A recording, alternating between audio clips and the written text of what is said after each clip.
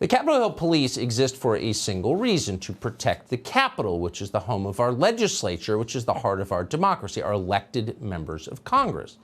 But since January 6th, the Capitol Hill police force has been subverted by Nancy Pelosi, who oversees it, and Joe Biden, the new president, to become a kind of secret police force that acts on behalf of the Democratic Party.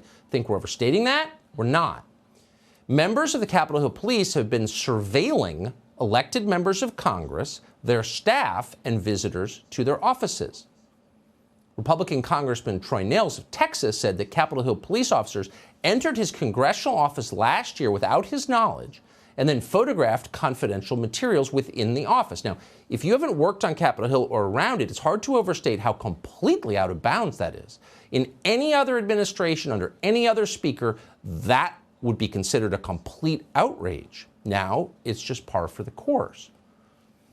Plainclothes Capitol Hill police officers from the department's, quote, intelligence division subsequently questioned one of the congressman's aides about what was on a whiteboard within his office. On Twitter, the congressman wrote, quote, "So why is the Capitol Police leadership maliciously investigating me in an attempt to destroy me and my character?" Congressman Troy Nehls joins us now. Congressman, thanks so much for coming on. It's hard to overstate how shocking this story is. These are the people who are paid to protect you, and they're spying on you, an elected member of Congress. Speaking of an attack on our democracy, tell us why you think this happened. Why were they in your office? Well, first of all, thank you for having me, and I think it's very clear. You know, Leader McCarthy selected me to be one of the 5 to be on the select committee looking into January 6th, and I've been a very vocal critic of January 6th, specifically the Capitol Police, the leadership of the Capitol Police, the intelligence section, and been very vocal about it. I mean, all the intelligence was there. It was glaring to them, and it was in their face that we knew the Capitol was the target for January 6th.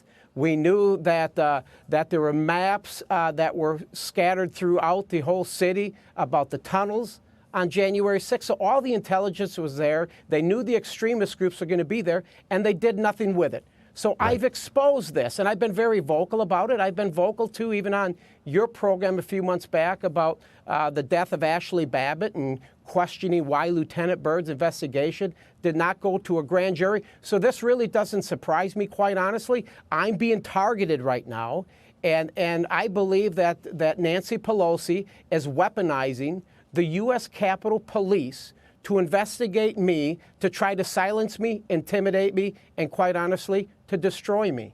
This is totally third world and crazy, and it's hard to believe it's happening in the capital city. By the way, I should note, their claim is they were trying to protect you, but of course they never told you about it. If there was a threat, they should of course alert you. You're the member of Congress. Why don't you shut these people down?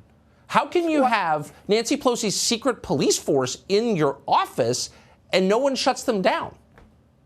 Well, the claim is that they discovered one of my office doors wide open on a Saturday afternoon. The officer entered my office and said, you know, to check to see if anybody was there that shouldn't be there, and saw suspicious writings on my whiteboard, whereas where I draft my legislative proposals.